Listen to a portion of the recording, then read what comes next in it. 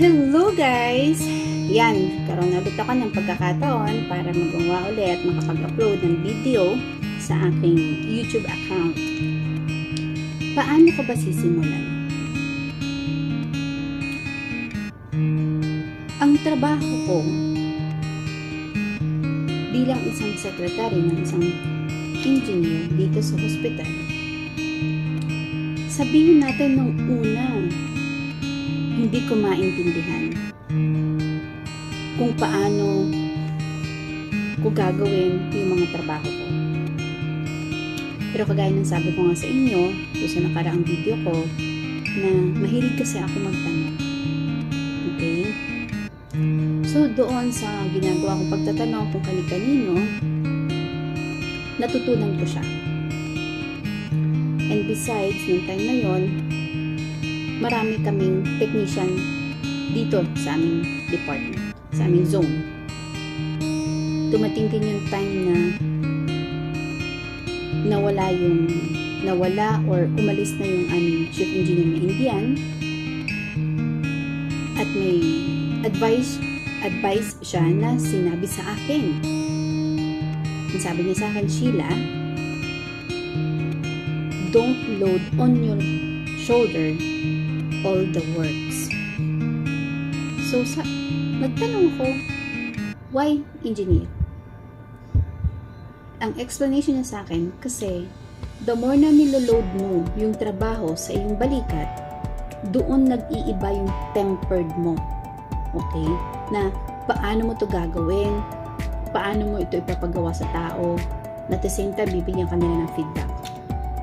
So, naging lesson ko yun. Kasi nag-iiba talaga ang ugali ng isang tao kapag loaded ka ng trabaho. Na which is, ang tingin naman ng iba na masama ka na ganito ka na. Pero hindi nila alam na nang dahil sa trabaho, minsan nag-iinit ang ulo mo. Kasi, hindi pa nila nagagawa yung trabaho. Pero kinakailangan mong ipagawa sa kanila kasi i-report mo yun sa mismong Saudi engineer mo. Tapos, nung napag-aralan ko na yun, nagkaroon naman ako ng Filipino engineer.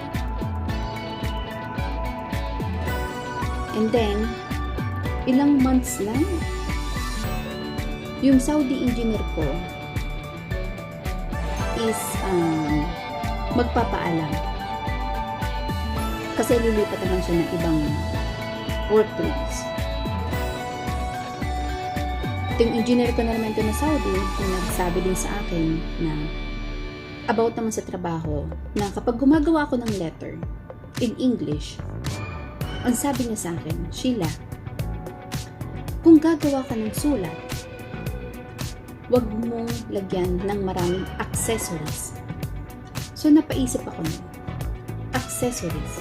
Kasi more on sa atin, kasi pag gumawa tayo ng letter, marami tayong paligoy-ligoy na isinusulat na gato ganyan, na which is tama naman. Pero dahil nga sa klase ng trabaho ko, napag-aralan ko rin pala na kapag gumawa ka ng letter, direct to the point. Hindi yung marami kang paligoy-ligoy. Direkta mo sa sasabihin mo na, for example, this job is already been done. Okay? Hindi mo na kasi kinakailangan na this job, as we receive, we already send like this, and like this, and like this. But at the end, you will say, it's done. Natutunan ko yun sa isang engineer. Okay? So, ngayon, nung umalis na siya, may dumating ulit akong panibagong engineer, Saudi rin. Pinag-aral siya ng hospital sa Amerika. Okay? Tapos, nung after a years, bumalik siya dito, siya naman yung naging hospital engineer ko. Saudi rin siya. Time na yun, maganda yung tandem namin yung engineer ko na yun kasi I can give suggestions. So, doon, nagkakaroon kami ng good conversation. Okay? Pero, dumating din sa point na sinabihan niya rin ako, pero in a nice way siya, na hindi siya galit o hindi siya kung ano man. Ang sabi niya sa akin, is ganito, Sheila,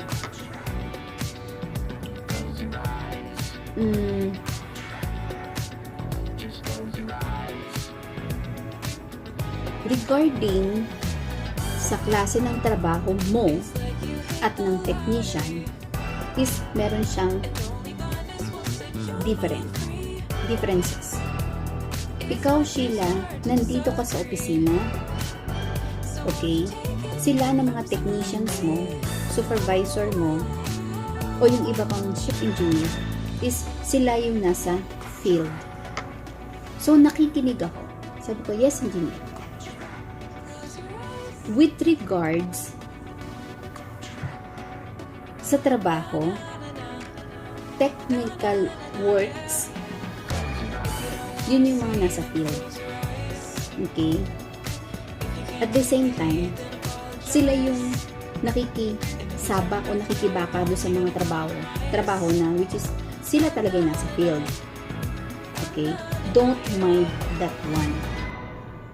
Let them work. So, sabi ko, yeah, totoo. So, naging aral sa akin yun. Pero sinabi din sa akin na, ikaw, so guys, lahat ng yun is naging aral sa akin. Tapos, dumating din yung time na, yung hospital engineer ko, na Saudi ulit, is umalis ulit. So, ngayon, ang nagpapalakad na lang dito sa aming department, dito sa Zone 2, is yung Indian engineer ko, na which is assistant hospital engineer siya. Pero siya na yung nag-acting as hospital engineer. Marami rin akong naging experience sa pagtatrabaho ko sa kanya. Nandyan yung may saya na trabaho. Kasi sabi niya, dito sa loob, magtrabaho tayo as a family. So, ginawa ko yun, guys.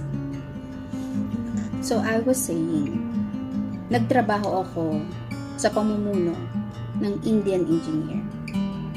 Hindi naman natin, guys, maiwasan na minsan meron kayong argument na ganito, ganyan. So, pinag-aralan ko yun, guys. Tapos,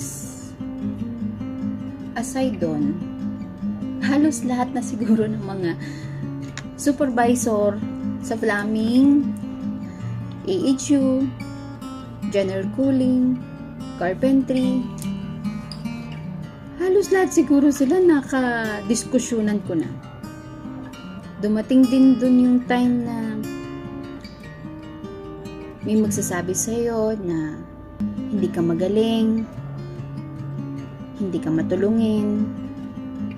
Meron din dyan na magsasabi sa'yo na mismong kabayan mo, na pagsasabihan ka na magaling ka lang tumulong sa ibang lahi o sa ibang nationality, pero dun sa mismong kabayan mo, hindi mo matulungan.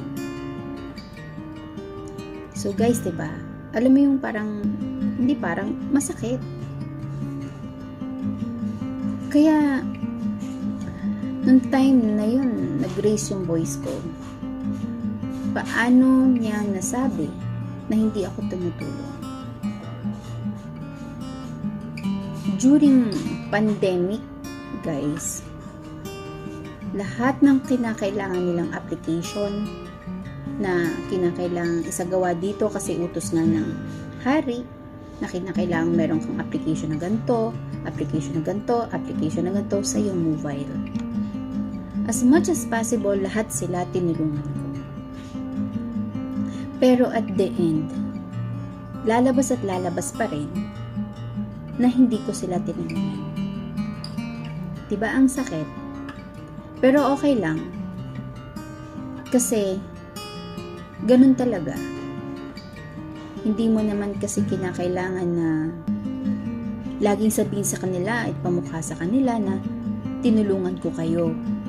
Pero bakit ganito? So guys, nananatili akong tahimik kasi ibang panuntunan ko eh.